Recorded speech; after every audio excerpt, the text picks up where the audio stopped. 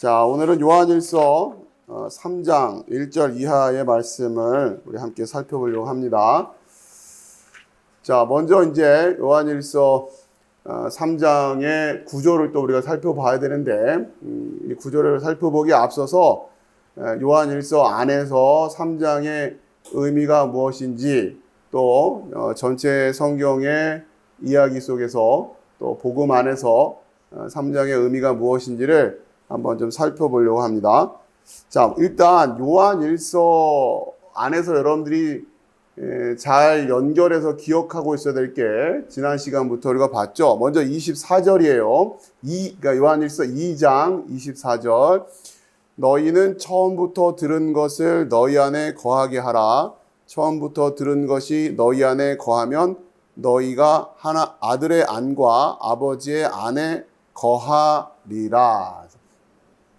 여러분, 제가 의도적으로 여러분이 가지고 계신 성경과 다른 성경으로 말씀을 전하고 있습니다. 물론 조금 불편한 부분이 있을 거예요. 여러분 중간중간에 표현도 다르고 여러분이 보시는 것과 다르다 보면 이제 흐름이 끈끄기도 하는데, 왜 제가 이렇게 하겠습니까? 우리가 가지고 있는 성경이 이렇게 다르다는 거예요. 간단히 말하면 어떤 사람은 이 성경 가지고 신앙생활하고 어떤 사람은 다른 성경 가지고 신앙생활 하다 보면, 그렇죠?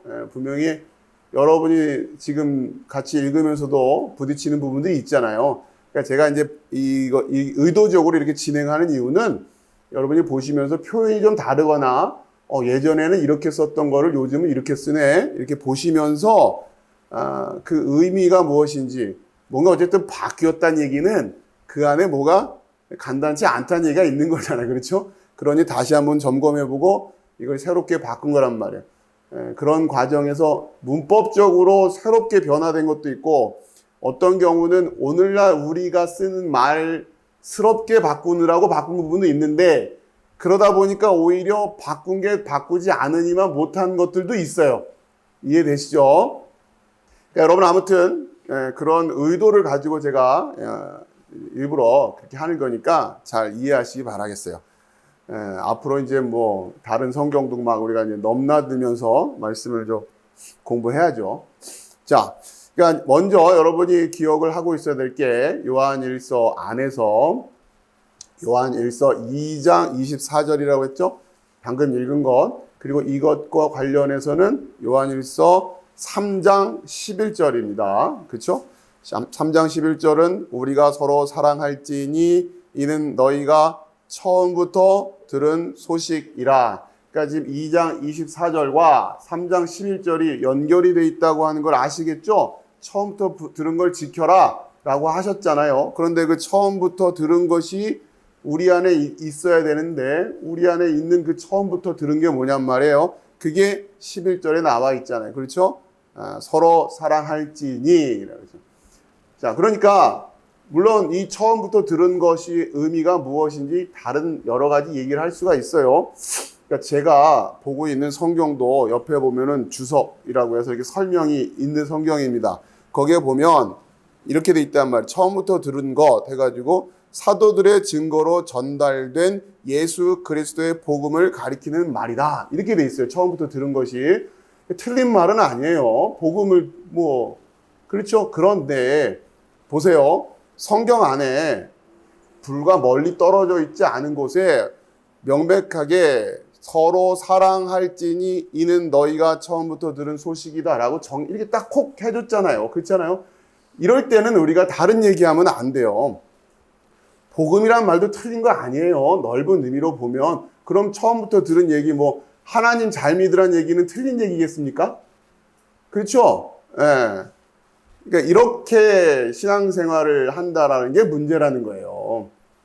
다 틀린 말 아니에요. 다 좋은 말이죠. 처음부터 들은 말, 좋은 얘기 갖다 넣으면 다 되는 것 같은데, 잘 모르겠으면 복음 이러면 된단 말이에요. 틀린 말은 아니에요. 그런데 그렇게 됐을 때 여러분이 왜 말씀이 능력이 되는지를 체험을 못 하시게 됩니다. 여러분이 말씀을 말씀으로 보고 말씀 안에서 정말 하나님이 말씀하시고자 하는 그 내용을 들여다봤을 때 여러분이 말씀에 붙들리게 되는 거예요. 여러분 생각에 좋은 말을 그것으로 바꾸어 넣는다고 해서 말씀의 능력이 되는 게 아니라고요. 여러분 생각도 못했던 그 말씀이 말씀 안에서 확인되어질 때 여러분의 상상력도 아니고 여러분이 알고 있던 어떤 경험, 지식도 아니고 여러분의 논리도 아니에요. 그냥 성경이 담백하게 가르쳐지고 있는 것을 만났을 때 여러분은 말씀에 붙들리게 된단 말이에요. 거부하기가 어려워집니다. 물론 성령의 사람인 경우에 한해서 말하는 겁니다. 예사롭지 않게 보고 넘어가는 사람들도 얼마든지 있을 수 있어요. 그러나 성령 충만한 사람이라면 결코 쉽게 넘어가지 못해요. 왜? 그 말씀이 하나님의 말씀이기 때문에. 자, 그렇기 때문에 이제 여러분들은 처음부터 들은 말씀은 뭐라고요? 서로 사랑할지니예요. 다른 얘기하는 거 아니에요. 다른 얘기하는 거 아닙니다. 자, 그러니까 결국 우리는 이 서로 사랑을 배워야 되는 거죠. 자, 그 서로 사랑을 가르쳐 주는 그 메시지가 이 3장에 또 담겨 있기 때문에 중요하다라고 하는 겁니다. 아시겠죠? 3장이 가지고 있는 위치가 뭐냐? 서로 사랑에 대한 가르침을 가르쳐 주고 계시는데, 자, 이거하고 관련해서 우리가 이해해야 되는 게 뭐냐면, 이 서로 사랑이라고 하는 것에 결국 핵심은 서로 사랑이에요. 서로 사랑.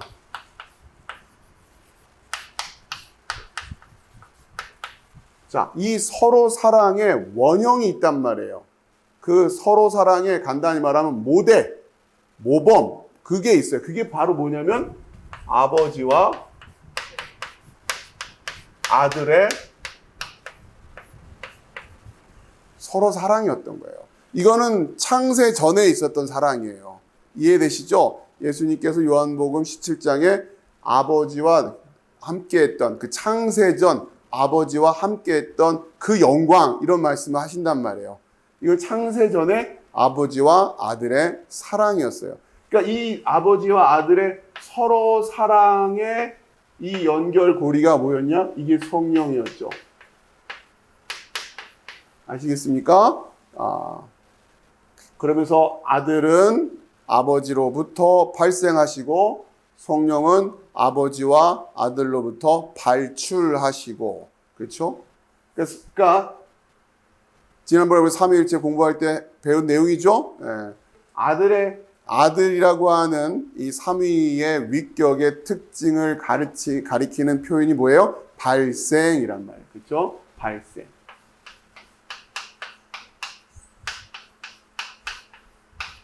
그리고 성령은 어떠한 특징을 가진다? 발출, 나온다라는 거예요. 그러니까 아버지와 아들의 서로 사랑의 매개 역할을 하는 게 뭐라고요? 성령이라고 하는 거예요. 성령. 아시겠죠?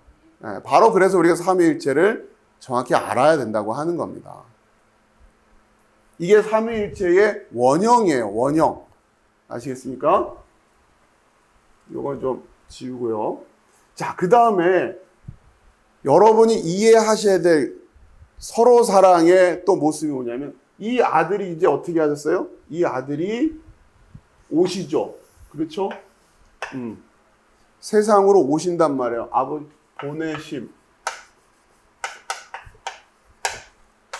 자, 그래서 아들이 오세요. 이 아들이 오셔서 이제 뭘 합니까? 나를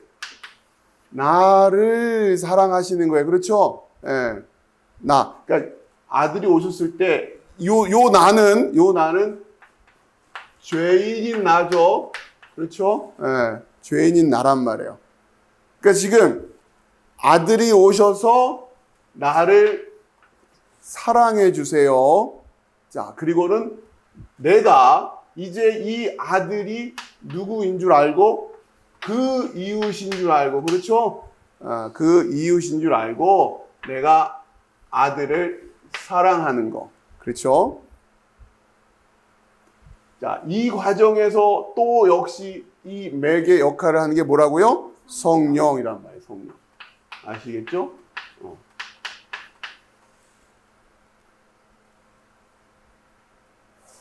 그래서 요 단계에서는 바로 이 아들이 그 하나님, 그렇죠?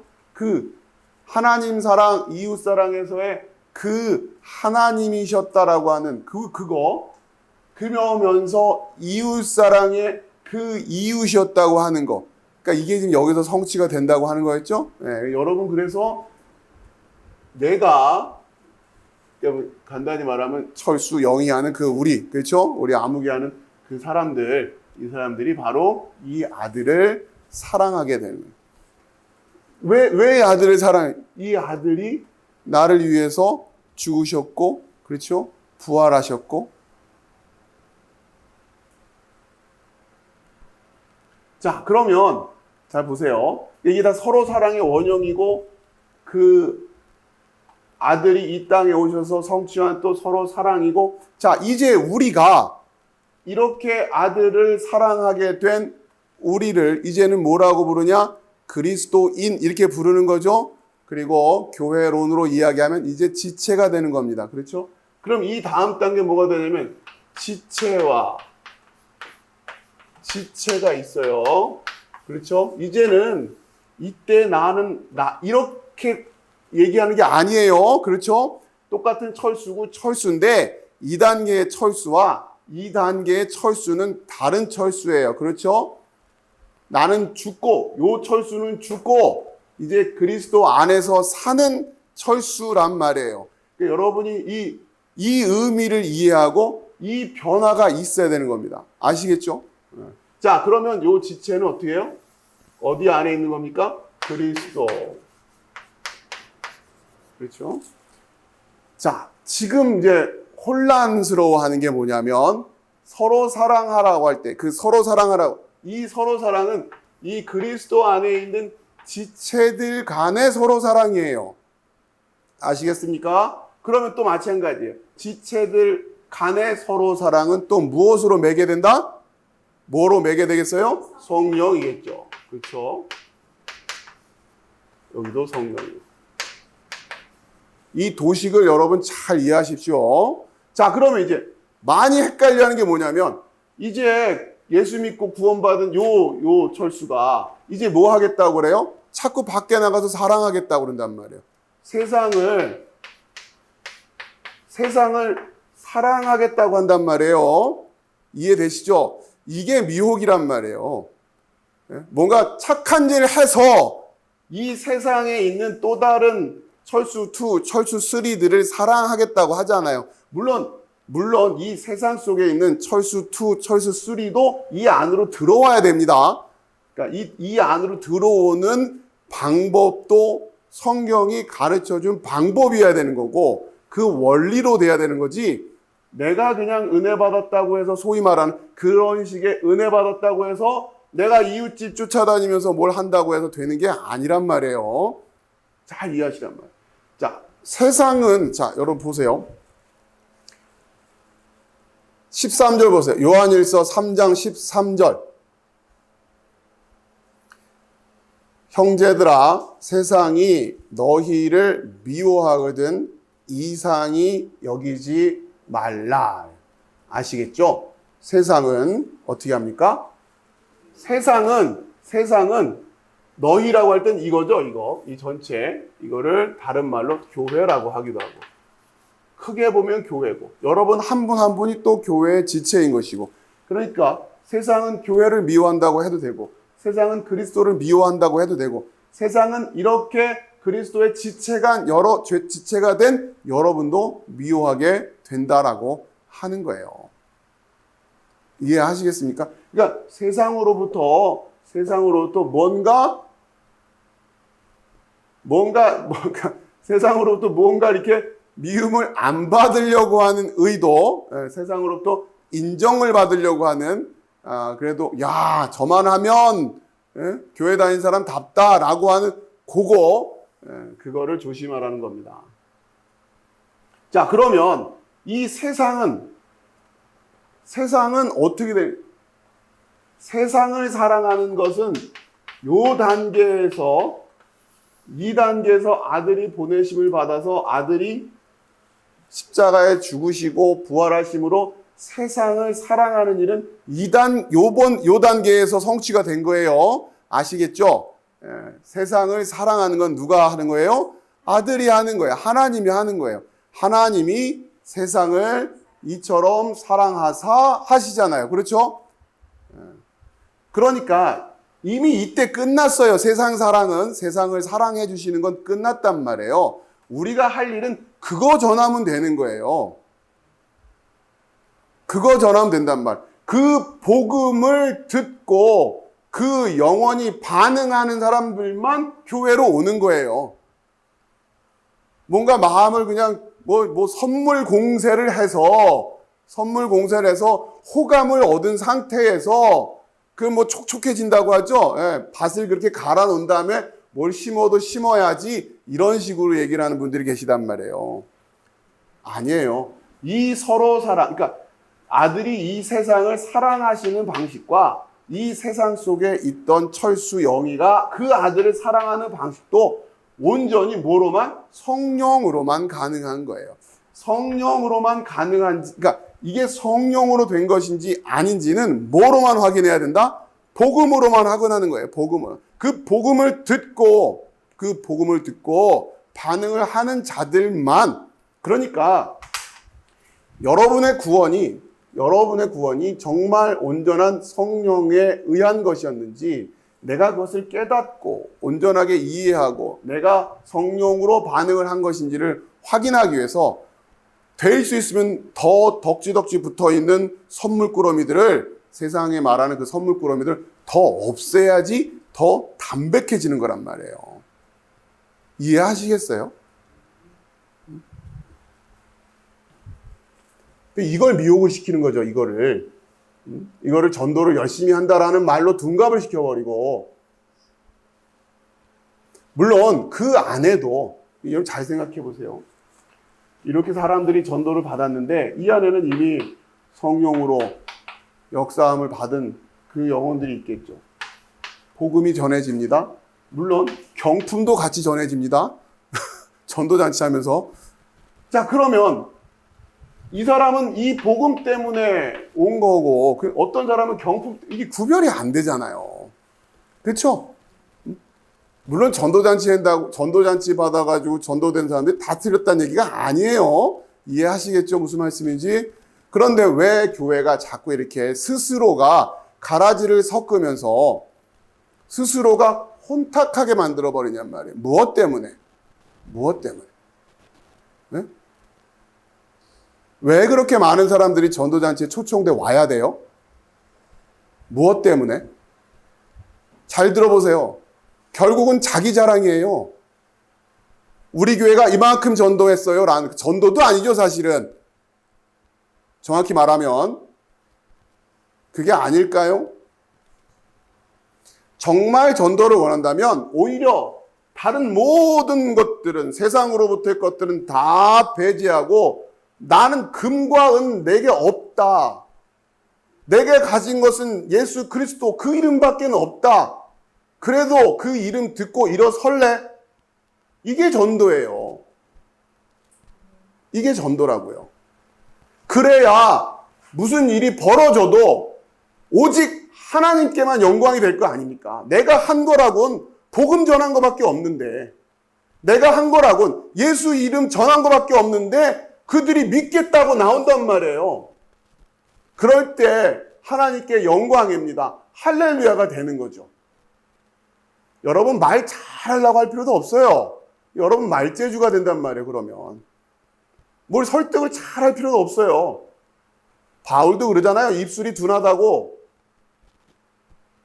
그렇게 달변이 될 필요도 없습니다. 제가 여러분께 공부하라고 한 이유는 여러분을 달변가로 만들려고 하는 게 아니에요. 그래서 성경적인 지식을 가지고 사람들한테 막 압도를 해가지고, 이단들이 그러죠. 압도를 시켜가지고 저기 뭔가 있나 보다, 그렇게 하려는 것이 아니라 결국은 이걸 정확히 알고 여러분의 입에서는 뭐만 나가야 돼요? 복음만 나가야 되는 거예요. 복음만. 그러라고 이렇게 가르쳐 드리는 거예요. 그리고는 물론 이게 여러분 안에 채워져 있어야죠. 이게 없이 그냥 또 마찬가지로 예수 믿고 구원받으세요, 이건 아니죠. 붙들고, 그런데 그 사람이 이제 물어보기 시작한단 말이에요. 왜 제가 죄인입니까? 부터 어떻게 그게 하면 구원이 되는 겁니까? 그럴 때 여러분 안에 있었던 그 생명수와 같은 진리의 말씀들이 이제 하나씩 하나씩 그들에게 향하는 거죠. 처음부터 논리와 언변으로 전도되는 게 아닙니다. 결국은 자기 자랑으로 끝나게 돼 있어요. 자, 이 그림을 잘 이해하시란 말이에요. 자, 그러면서 지금 제가 여러분에게 계속해서 강조해 드리는 게 서로 사랑과 함께 이 그림, 이 지체들이 이 세상을 사랑해 보겠다고 하는 그 마음을 품게 만드는 거, 이걸 여러분들이 조심하셔야 된다. 그럼 여러분들이 헌신하고 여러분들이 애쓸 건 어디예요? 요거예요, 요거. 지체 간의 사랑. 자, 그래서 잘 보세요. 이 지체 간의 서로 사랑은 세상이 알아볼 수 있을까요? 못 알아볼까요? 못 알아보죠. 그림상으로 이들은 몰라요. 예? 여러분 드러나지가 않는다고요. 누구만 알아요? 우리만 알아요. 우리만. 응? 우리만 알아보는 거예요.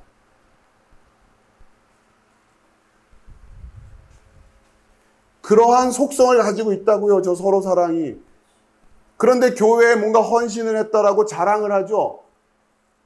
그건 세상 사람들이 보기에도 야, 저 정도 하는 거 보니까 교회를 엄청 사랑한가 보네 라고 인정받을 수 있는 그 수준과 그러한 것들로 교회를 사랑하려고 한단 말이에요. 자, 그러면 무슨 상황이 생기는 겁니까? 이 안에서도 칭찬을 받고 세상 사람들로부터 칭찬도 받고 세상은 미워한다니까요. 그렇게 해야 또 전도가 잘 된다고 생각하고 있고 그런 게 아니에요. 영적인 진리라고 하는 것은 이게 간단하지 않습니다.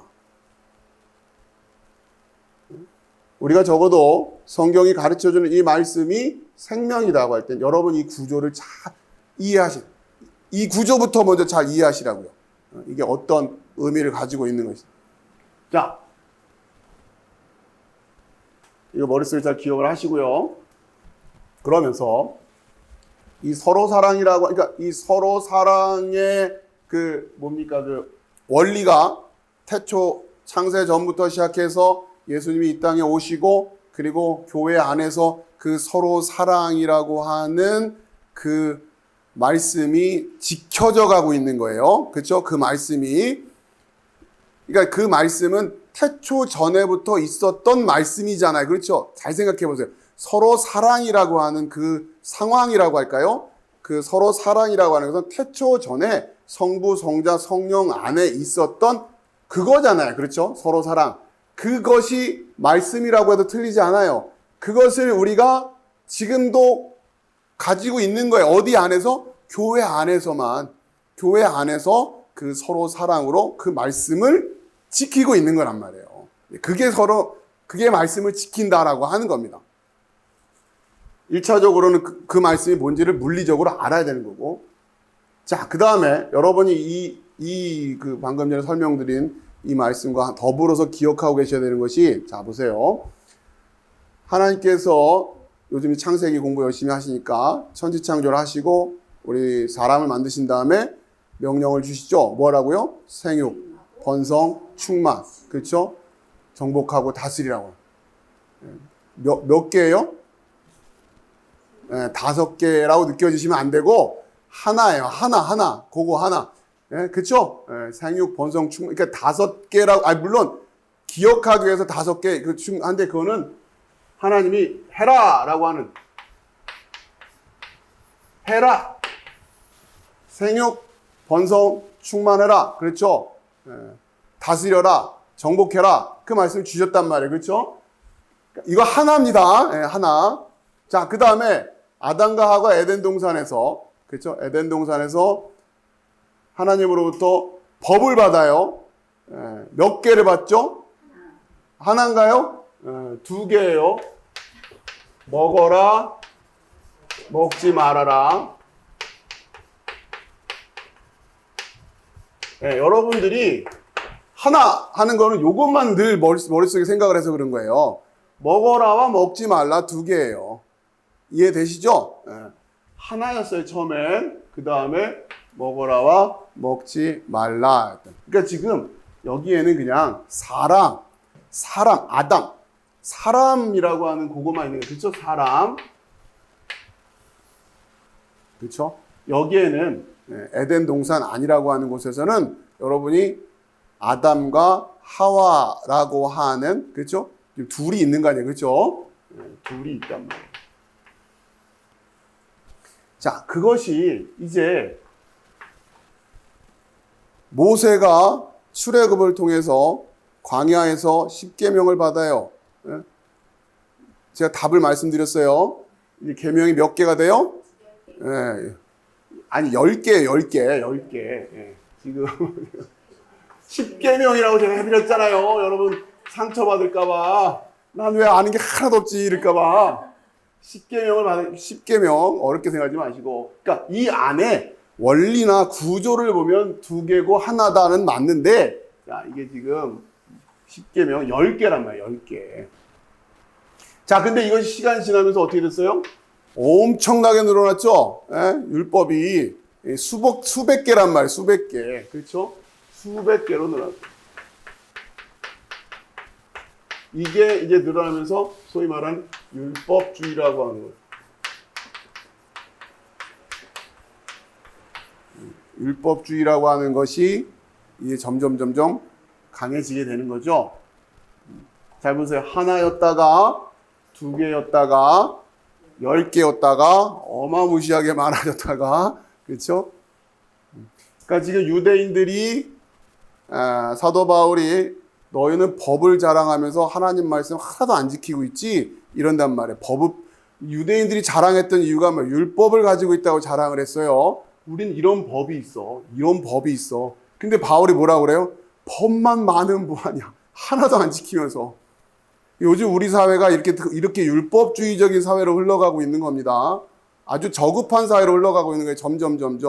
그러니까 무슨 법이라는 이름을 가지고 있는 걸 자랑하는 사회가 됐어요. 여러분, 그 크리스찬들로서 잘 분별해야 되는 겁니다. 법이 늘어나는 건 좋은 게 아니에요. 그걸 정치인들이 정치를 잘한다고 생각하면 큰일 나는 거예요. 법을 줄여갈 수 있는 사회가 되는 것이 제대로 된 사회입니다. 법이 점점 늘어나요. 뭔 법이 이제 뭐 아무튼 간에, 그렇죠? 그러면서 그런 법이 있으면 그런 사회가 된 겁니까?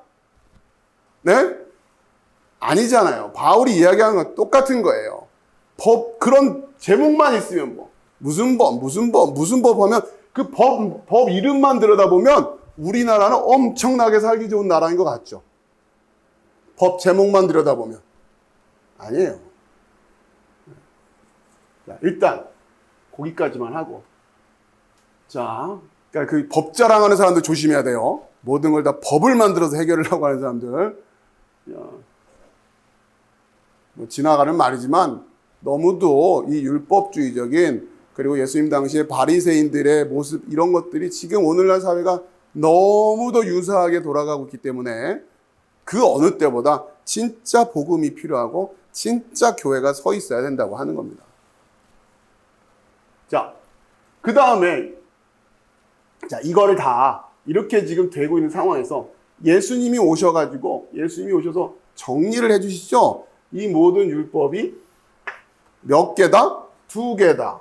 그렇죠? 하나님 사랑, 이웃 사랑. 2개다라고 지금 정리를 또 해주시죠? 그렇죠? 여기 정리. 그리고 이 둘은 하나다 얘기를 하신단 말이에요. 이 둘은 하나다 하면서, 그리고 마지막 요한복음에서 사복음서 중에 마지막이죠. 사복음서 중에 마지막이 요한복음에서 예수님이 뭐라고 해요? 새 계명을 너에게 주노니 너희가 서로 사랑하라. 서로 사랑.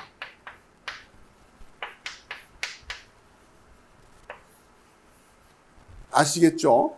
네. 지금 이 서로 사랑이라고 하는 이 말씀, 이 명령이 구속사적인 관점에서 어떠한 위치를 차지하고 있는 건지를 여러분이 보셔야 된단 말이에요. 그렇죠? 바로 생육, 번성, 충만, 다스리고 정복하고 하는 그 하나님의 하나님이 천지 창조 후에 우리에게 주셨던 이 땅의, 이 세상의 통치자로서, 그렇죠? 다스리는 자로서의 권세, 그것이 지금 오로지 어디 안에만 회복되어 있는 거예요? 교회 안에서만 회복되어 있는 거예요. 왜? 이 명령을 가지고 있는 데는 교회밖에 없기 때문에 그런 거예요. 그렇죠? 서로 사랑의 명령을 가지고, 이게 이 창세기의 이 명령과 구조적으로 대칭을 이루잖아요, 지금. 그렇죠? 이게 바로 카이즘 구조죠, 카이즘 구조. 성경을 이해하고 해석할 때는 카이즘에 대한 이해가 없이는 제대로 보기가 어려워요. 아시겠죠? 자, 이걸 같이 지금 여러분들 머릿속에 잘 기억해 두시기 바랍니다.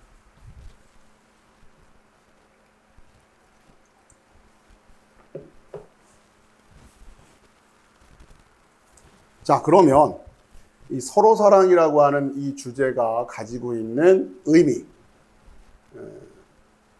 또 성경 전체에서 가지고 있는 중요성, 자, 그 다음에 아버지와 아들의 서로 사랑의 관계를 통한 그 모습을 통해서 우리가 결국 그걸 배우는 거예요. 그걸 배우고 우리가 그 서로 아버지와 아들의 성령을 통한 서로 사랑을 배워서 이제 우리가 교회 안에서 뭘 해야 된다? 서로 사랑을 하는 겁니다. 이게 핵심인 거예요. 그리고 사단은 바로 이 원리를 미혹시키고 무너뜨리려고 할 겁니다.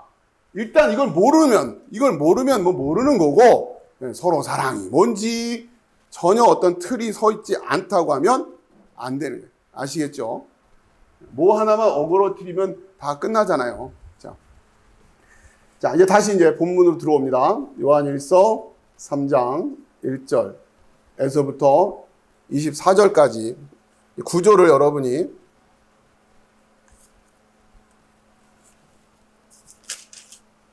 보시면, 지금 여기 정리를 해놨는데, 자, 1절과 2절을 주제적으로 요약하면 이런 말씀이에요. 우리를 사랑하시는 아버지의 사랑.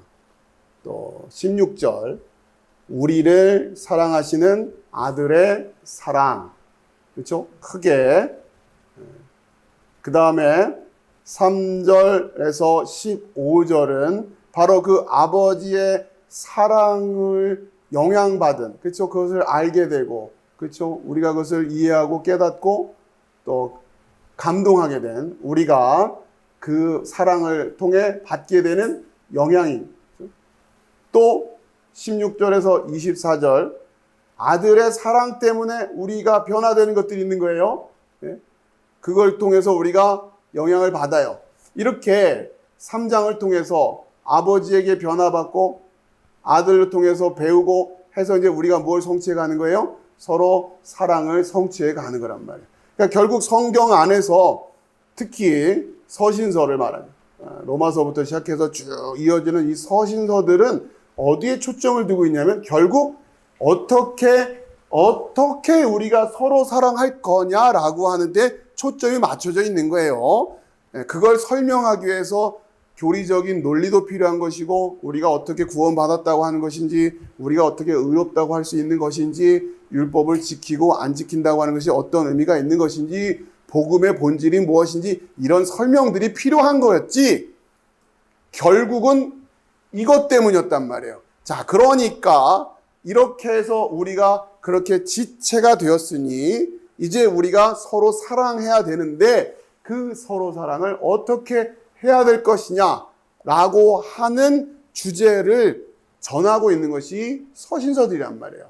그러니 예를 들면 남편과 아내가 교회 안에 들어와 있어요. 어떻게 하라는 얘기예요? 서로 사랑을 할 때 어떻게 할까? 고민해 보세요. 지금 이 화면 안에 들어와 있는 부부들끼리 다들 믿는 분들이라고 하는데, 그렇죠? 1차적으로는 그 주제잖아요. 또 현실이란 상황이 다 이렇게 믿는 부부들만 이루어진 게 아니죠. 그렇죠? 그러니까 남편이 믿질 않으면 어떻게 하죠? 그런 얘기도 있잖아요. 성경 안에. 그런 겁니다. 또 보니까 주인과 종이 같이 교회에 와 있네? 이거 어떻게 해야 되는 거지? 어떻게 서로 사랑을 해야 되는 거지? 이런 고민을 하는 거란 말이에요. 거기에 대한 사도들의 가르침인 거죠. 성령을 통해서. 이해되시겠죠? 이 원리는 교회 안에서만 적용할 수 있는 것들이란 말이에요. 1차적으로. 그거부터 잘 이해하시라는 겁니다.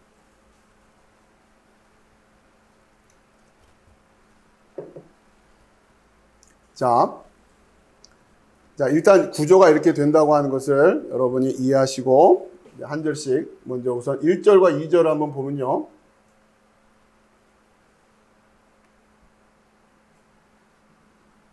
1절 보라 아버지께서 어떠한 사랑을 우리에게 주사 하나님의 자녀라 일컬음을 얻게 하셨는고 우리가 그러하도다. 그러므로 세상이 우리를 알지 못함은 그를 알지 못함이니라. 하나씩 봅시다. 그러니까 지금 1절과 2절은 뭐예요? 아버지의 우리에 대한 사랑. 그러니까 아버지께서 우리를 사랑하셨어요. 어떤 식으로? 이게 있는 거죠. 그 주제예요. 물론 이 안에 그걸 다 설명할 수는 없어요. 그렇죠? 요 1절과 2절은 그 주제를 건드리고 있다. 그럼 여러분이 그걸 알아야죠. 아버지께서 여러분을 어떻게 사랑하는가. 그러니까 아버지께서 어떠한 사랑을 우리에게 주사. 여기에 대해서 우리는 답을 하나 가지고 있죠. 하나님이 세상을 이처럼 사랑하사 독생자를 주셨으니 그런단 말이에요. 그렇죠? 그러니까 이러한 방식으로 사랑하셨다라는 거예요. 다시 말하지만 하나님이 우리를 어떤 식으로 사랑하셨다고요? 독생자를 주시는 방식으로 사랑을 하신 겁니다. 독생자를 줄 만큼 사랑하셨다. 이런 의미가 아니에요. 그거는 하나님에 대한 이해를 제대로 하지 못하고 있는 거예요.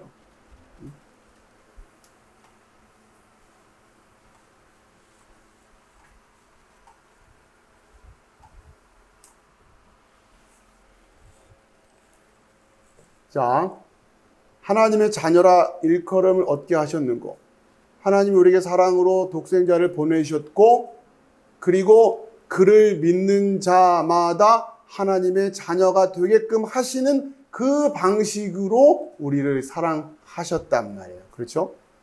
자, 그러므로 그러니까 우리가 그렇게 해서 하나님의 사랑 덕분에 뭐가 됐다는 얘기예요? 하나님의 자녀가 됐다. 그러니까 여기에는 하나님이 보내주신 사랑도 있었던 거고 우리가 그 하나님의 사랑을 알고 그 아들을 믿은, 그렇죠? 우리 쪽에 반응도 있는 거죠. 자, 그러므로 세상이 우리를 알지 못함은 그를 알지 못합니다.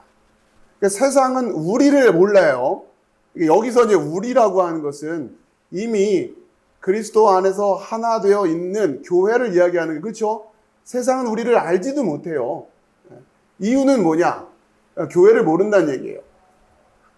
하나님을 알지 못하기 때문이니까. 그러니까 하나님을 알지 못한다고 하는 것은 뭘 모른다? 요 3장 1절의 주제로 얘기하면 하나님의 사랑을 알지 못하는 게 하나님을 알지 못하는 것과 똑같은 거예요. 그러면 하나님의 사랑을 알지 못한다는 건 뭘 모른다는 거예요? 하나님이 아들을 보내주셨다는 걸 모르는 거죠. 그게 하나님의 사랑의 방법이었으니까. 그 말은 다시 더 들어가 보면 예수께서 바로 그 주와 그리스도라고 하는 그걸 모르니까 또 하나님을 모르는 거죠. 이 말은 조금 더 들어가면 뭐예요? 내가 지금 전하고 있는 이 복음에 아무런 반응하지 않는다는 거죠. 이유가 뭐예요? 하나님을 알지 못하기 때문이라는 거예요. 하나님을 알지 못해요. 그래서 세상이 우리를 알지 못한다. 그러니까 그들이 하나님을 알지 못하다. 자, 헬러 직역을 통해서 한번 살펴보겠습니다. 보라, 어떤 종류인 사랑을, 우리 성경엔 어떠한 사랑을 이렇게 번역을 했는데, 어떤 종류라는 어감이 더 강한 겁니다. 이 단어가. 그러니까 하나님께서 사랑을 주셨는데, 어떠한 방식으로 사랑을 하셨냐라고 하는 그런 뉘앙스를 가지고 있는 거예요. 그가 주었었다 너희에게 그 아버지가. 그러니까 그 아버지가 너희에게 주었었다. 주었었다는 완료형이죠. 완료형. 주었었다니까. 완료라는 건 뭐예요? 이미 마무리가 된 사건인데 그 사건의 결과가 지금까지 이어지고 있는 거죠. 자, 그러니 이제 아버지께서 주셨고 그것이 계속 이어지고 있고 지금 오늘 이 시점에 내가 이 복음을 들은 나는 이 말씀에 뭔가 반응을 해야 되는 거예요. 그렇죠? 그래야 아버지를 알게 되는 거죠. 그렇죠?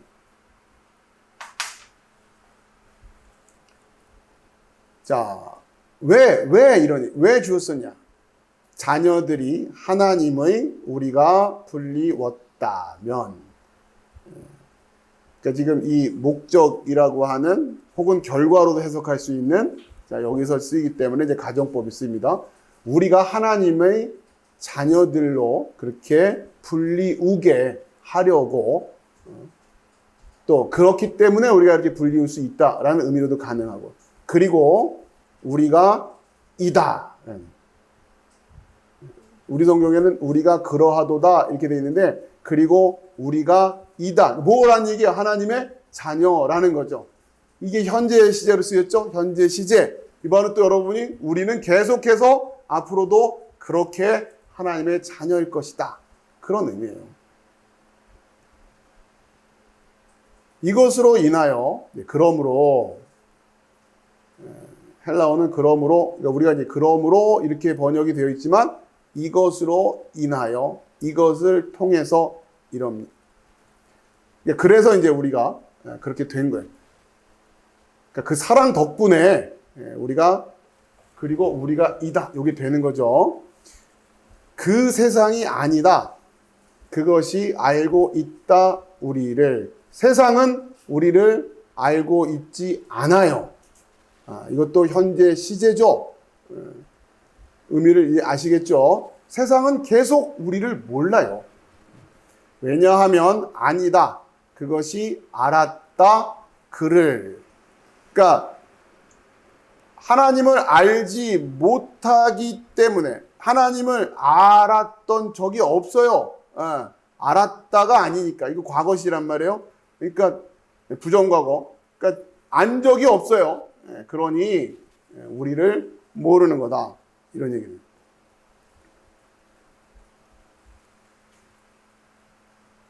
자, 2절입니다. 하나님의 사랑의 주제가 계속 이어지는 거예요. 사랑하는 자들아, 우리가 지금은 하나님의 자녀라. 장래에 어떻게 될 것은 아직 나타나지 아니하였으나 그가 나타내심이 되면 우리가 그와 같은 줄을 아는 것은 그의 계신 그대로 볼 것을 인함이니. 자, 직역을 하면서 봅시다. 사랑하는 자들아,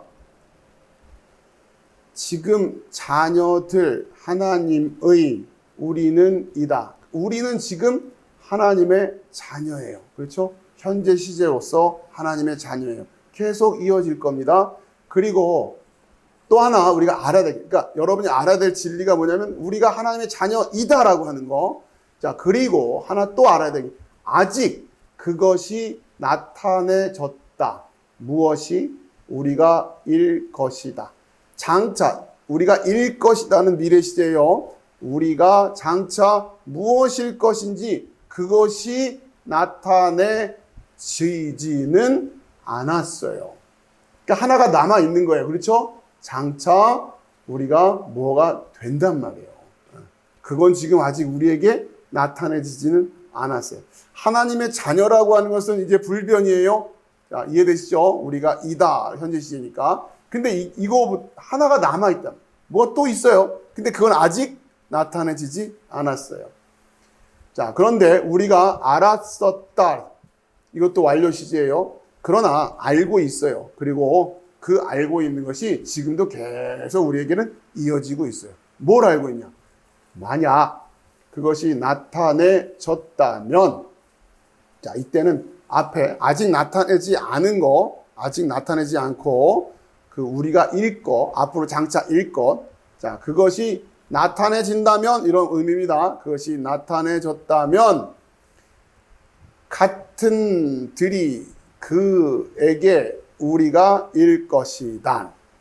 그러니까 우리가 뭐뭐일 건데 앞으로 나타내면 뭐라고요?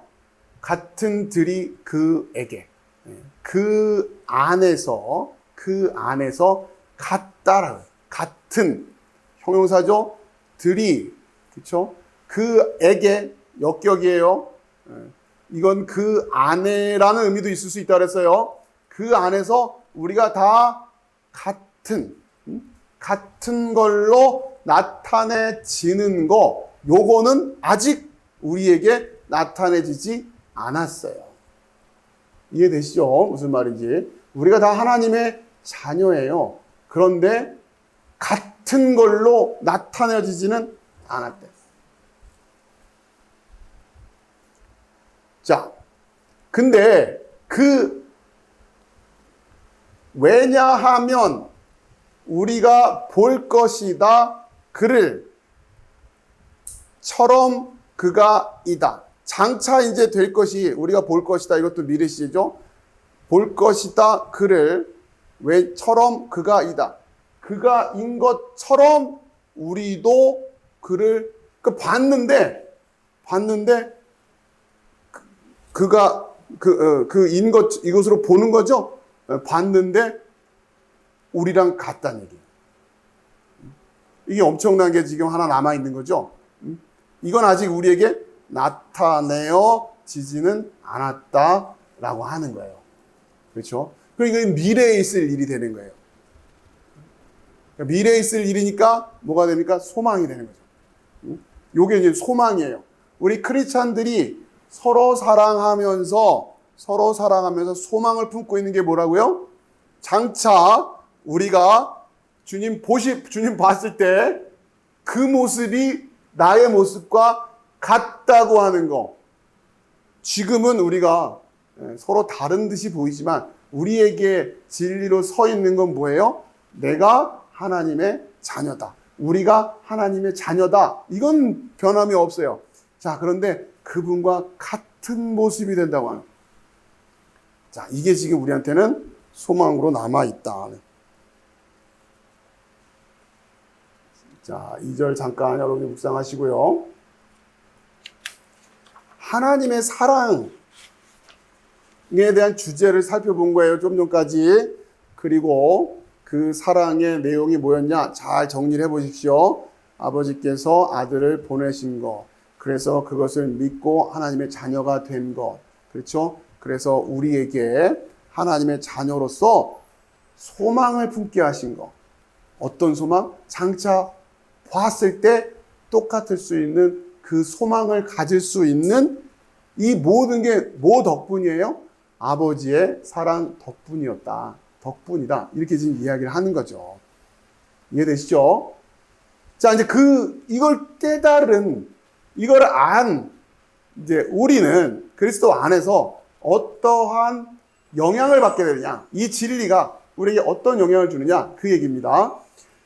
3장 3절에서부터 15절까지 그 사랑에, 그러니까 그러니까 아버지의 사랑에 초점을 둔 이야기입니다. 3절에서 9절까지는 내적인 영향과 관련된 주제들이, 10절에서 15절은 외적인 영향에 대한 주제가.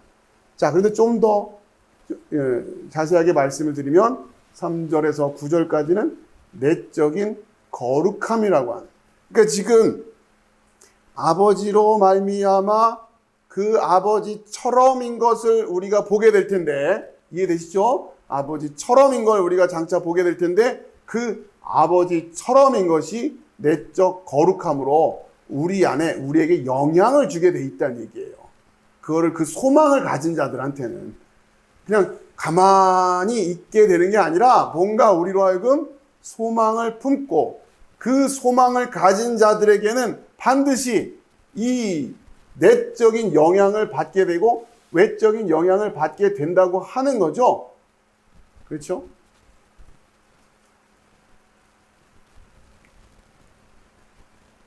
자, 이 구조를 일단 여러분 이해하시고,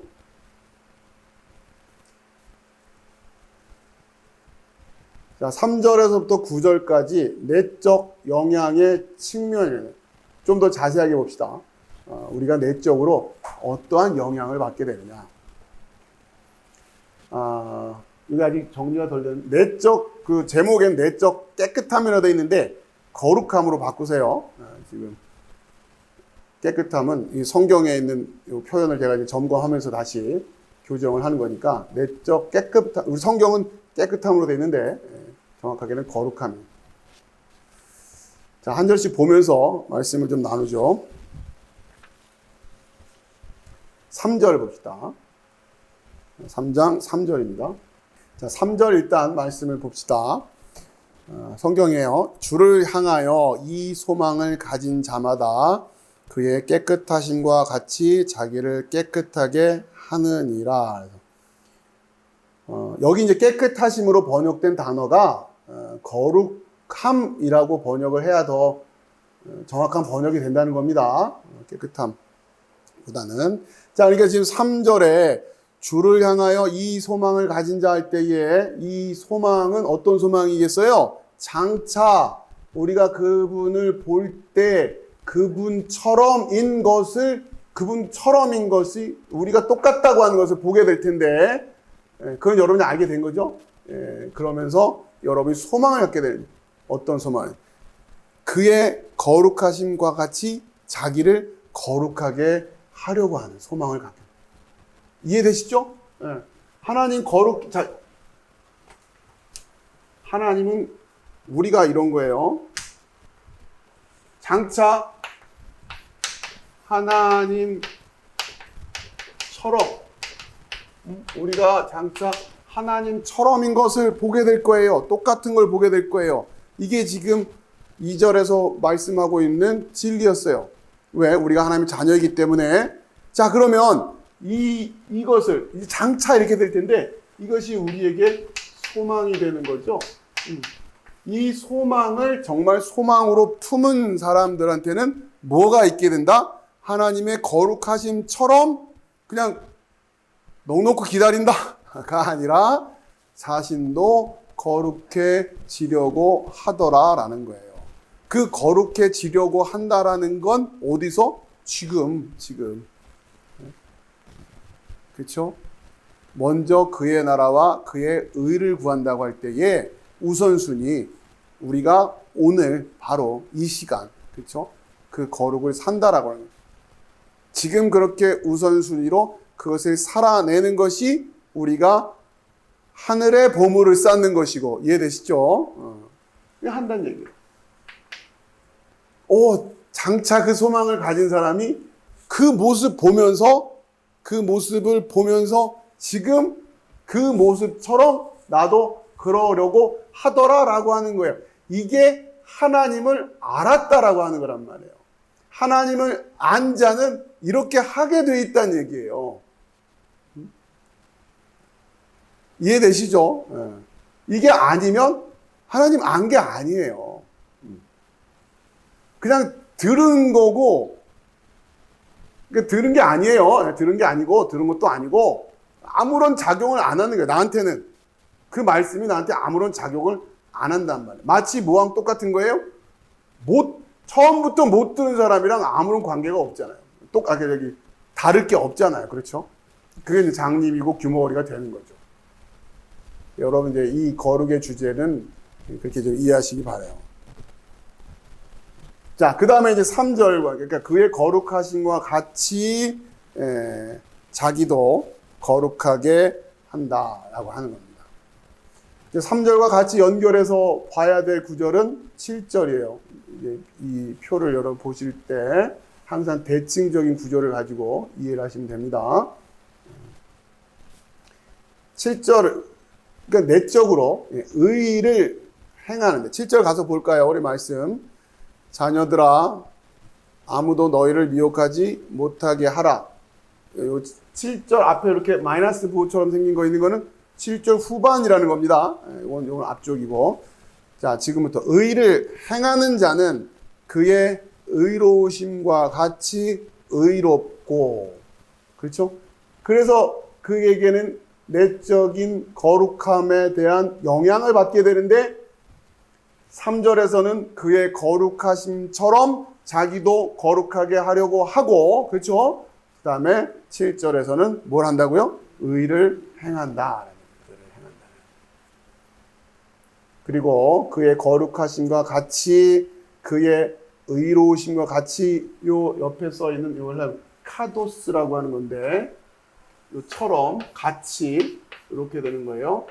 카도스.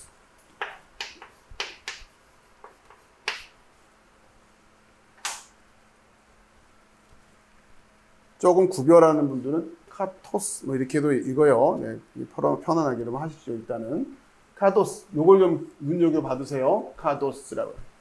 그의 거룩하심과 같이 카도스. 그의 의로우심과 같이 카도스. 그렇죠? 자, 그 다음에 이제 거룩함 3절에서 거룩함 얘기를 했으니까 다시 정리하면서 보여드릴게요. 3절에서 거룩함이라고 하는 주제가 됐고, 그러니까 거룩함, 그의 거룩함처럼 거룩하게 한다 할 때 이제 이렇게 됐고, 자, 이거와 대칭되는 게 7절에 의를 행함, 그렇죠? 그의 의로우신 것처럼 의를 행하려고 한단 말이에요. 자, 거룩함이란 주제가 이제 여러분 이제 거룩해야지라고 하는 거룩해야지 했어요. 그럼 어떻게? 그렇죠? 그게 지금 이제 성경이 4절을 통해서 한 단계 더 들어가는 거예요. 자, 4절. 성경 읽어봅시다. 3장 4절. 죄를 짓는 자마다 불법을 행하나니 죄는 불법이라. 여기서 이제 죄를 지음, 그죠? 죄를 짓는 자.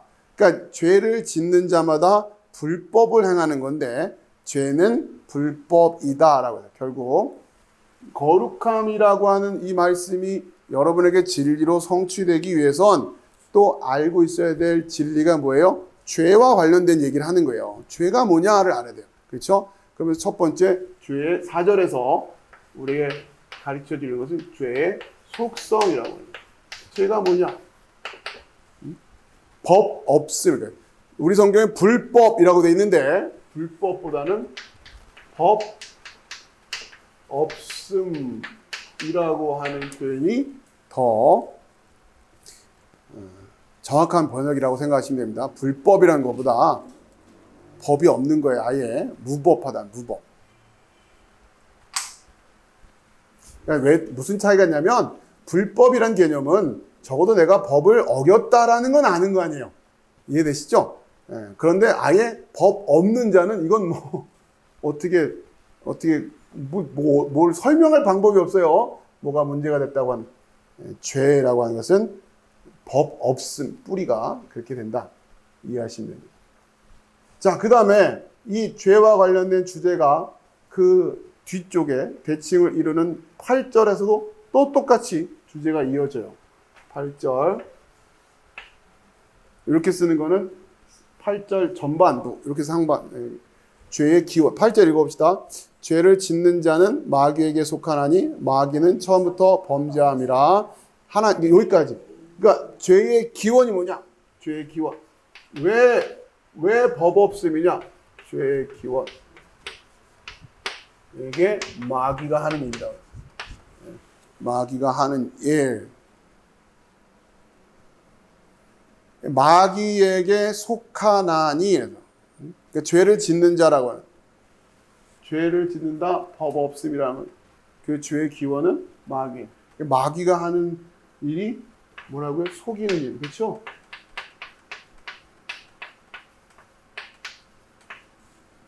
에덴 동산에서 하와가 또 아담이 마귀에 속죠.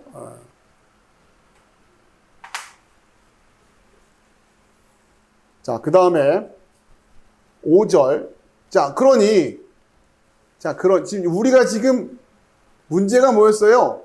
다 지금 아까 초반에 말씀드렸던 아들이 오셔서 성취한 그 사랑, 그렇죠? 그 전에는 우린 다 요 단계였잖아요, 그렇죠? 요거 벗어나질 못했단 말이에요. 속아가지고 요 안에 있었단 말이에요. 그래서 지금 이 문제를 해결하기 위해서 어떻게? 5절 가봅시다.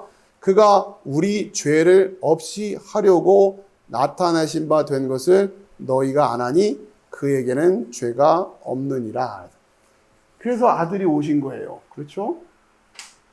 5절.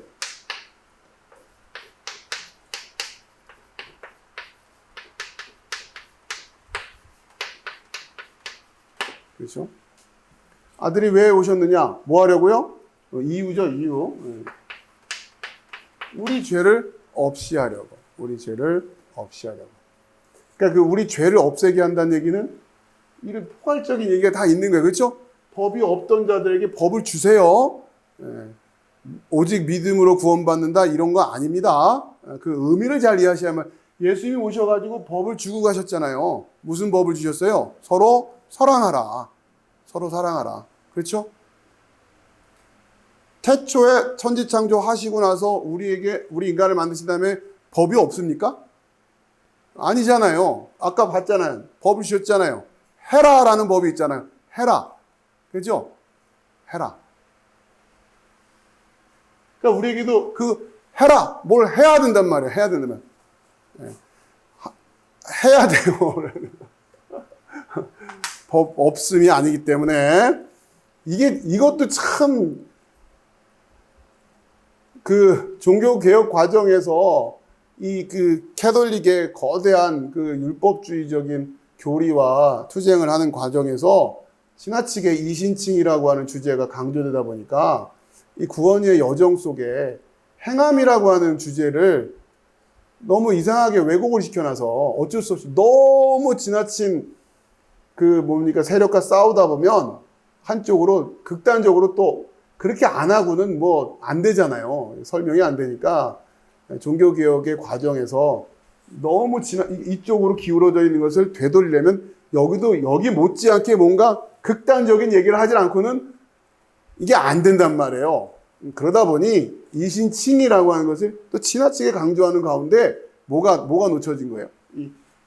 뭘 해야 한다고 하는 이 주제가 크리스찬들한테 이쪽 가면 왠지 불편해지는 거예요. 또다시 율법 얘기로 돌아가나?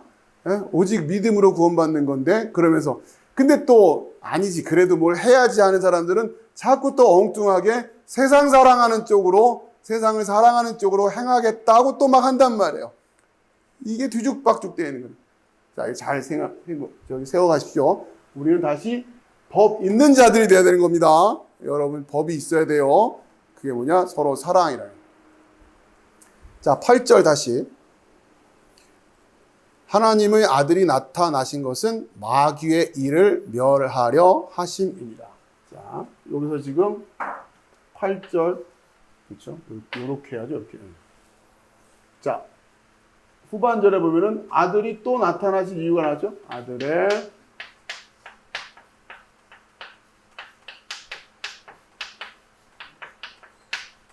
이유가 뭐예요?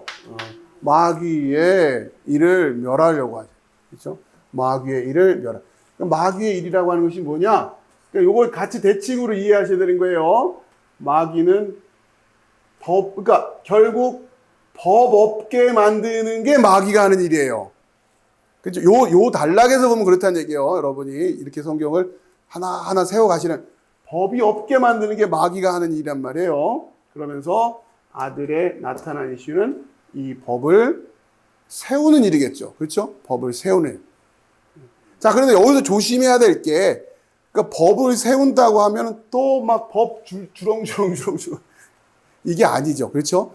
뭐 만들어내는 걸로 세우는 것이 아니라 결국 우리에게 세워져 있는 법은 그 율법이 아니라 그런 율법을 그렇게 지켜내는 그 율법주의적인 의미에서 법이 아니라 바울은 이제 이거를 정확하게 설명하는 거예요. 성령의 법이다라고 하는 거예요. 성령의 법. 생명의 성령의 법. 우리한테는 그 법이 서 있는 겁니다. 생명의 성령의 법. 자, 그런데 마귀는 이 모든 거를 다양한 각도에서 공격하는 거예요. 1차적으로 무법을 만들어 버리거나 아니면 반대로 법을 너무 많이 이렇게, 그쵸? 율법적인 법의 테두리로 가두어 버려서 그러면 막 거룩해지는 것 같잖아요. 그러면 거룩해지는 것 같단 말이에요. 그런 거룩함의 법들을 막 만들어 놓는다고요. 이러한 메커니즘을 외식이라고 하는 거고요. 아시겠죠? 교회 안에 이런 거 굉장히 많아요.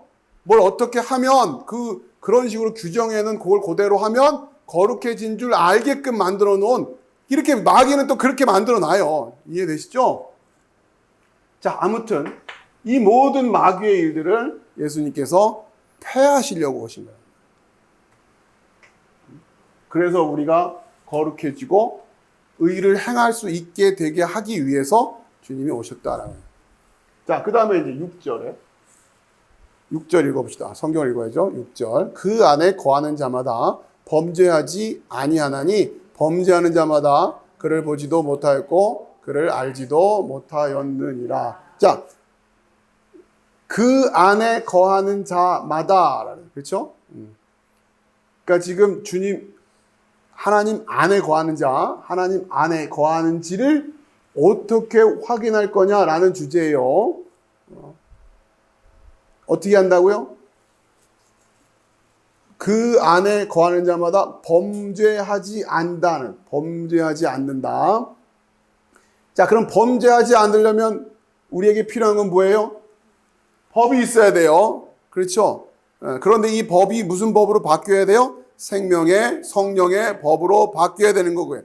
구체적으로는 뭐예요? 서로 사랑이라는 법이에요. 그 서로 사랑을, 그렇죠? 지체와 지체 간에 서로 사랑이라고 하는 이 서로 사랑을 성령인데, 그렇죠? 매개가 성령인데 그 성령, 생명의 성령의 법으로 서로 사랑하게끔 돼야 된단 말이에요.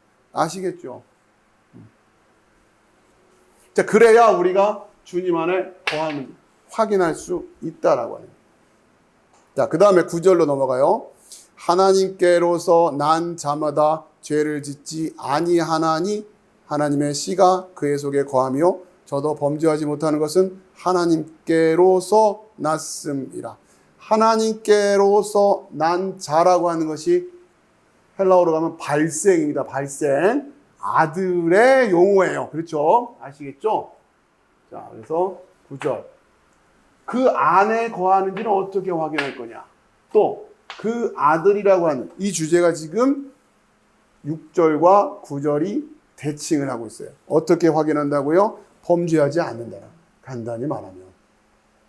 그러니까 결국 범죄하지 않는다라는 게 뭔지를 정확히 알아야 되죠. 범죄 안 하기만 하면 되는 것이 아니라 우리가 성령의 법을 지키면 범죄를 안 하는 게 되는 거니까.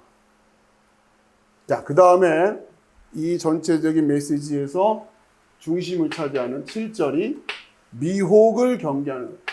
이 모든 것들이 이 미혹 때문에 어그러지게 된다라고 하는 거예요. 자, 7절 읽어봅시다. 시작. 자녀들아, 아무도 너희를 미혹하지 못하게 하라. 7절 전반절. 아무도 너희를 미혹하지 못하게 하라. 여러분한테 아무도가 없으려면, 미혹의 가능성이 없으려면 여러분이 직접 하나님과 만나야 된다고 하는 거예요. 그걸 자유인이라고 한다는 거죠. 아시겠죠? 응? 아무도 미혹하지 못하게 하는. 그러니까 여러분이 저에게 의존하는 이 과정이 빨리 극복이 돼야 됩니다. 그래야 여러분이 미혹당하지 않을 수 있는 가능성이 점점 커지는 거죠.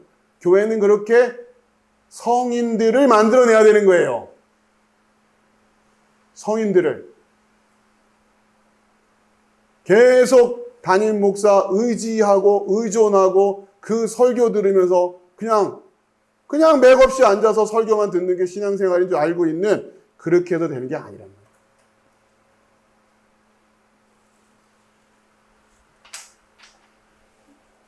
자, 이렇게 해서 일단 구조를 여러분들하고 먼저 살펴봤고요. 다음 시간에 이제 한 절 한 절 또 헬라어 직역을 통해서 더 자세한 내용들을 살펴보도록 하겠습니다. 여러분이 그러니까 이 틀을 잘 이해하시고 성경을 다시 계속 왔다 갔다 하면서, 그리고 점점 뭔가 이게 그 논리가 진행되는, 주제가 진행되는 과정을 여러분들 잘 묵상하세요. 왜 여기서 3절의 거룩함의 주제에서 4절에 죄의 이야기가 나왔을까? 그리고 아들의 나타나시는 이야기가 나왔을까? 자, 미혹이라는 주제는 왜 나왔을까? 여러분 이것을 잘 이해하시란 말이에요. 또 마찬가지, 다시 한번 반복하는 의미도 있으면서 또 이 3절과 7절의 이 모습을 통해서 서로 대응되게 하면서 균형을 이루어가고 있다는 거죠. 그러니까 이걸 알고 이걸 같이 알아야 돼요. 그래야 온전하게 알아지는 거예요. 그러니까 이게 성경이 가지고 있는 독특한 구조입니다. 이거를 여러분들이 잘 훈련하셔서 이렇게 읽어 가실 때 가급적이면 어차피 우리가 이게 계속 이렇게 띄엄띄엄 읽기는 어려우니까 여러분들이 그 훈련을 하시면서 내용은 이해하시다가 3절을 읽으면서 뭐가 이제 머릿속에 떠올라야 돼요? 7절이 떠오르고 4절을 읽으면서 8절이 떠오르고. 물론 쉽진 않아요. 계속 왔다 갔다 하면서 단락 하나하나를 이렇게 읽어 나가시는 훈련을 하시다 보면 성경 구조를 전체적으로 이해하시는데 훨씬 유익한 도움이 되실 겁니다. 자, 기도하고 마치도록 하겠습니다.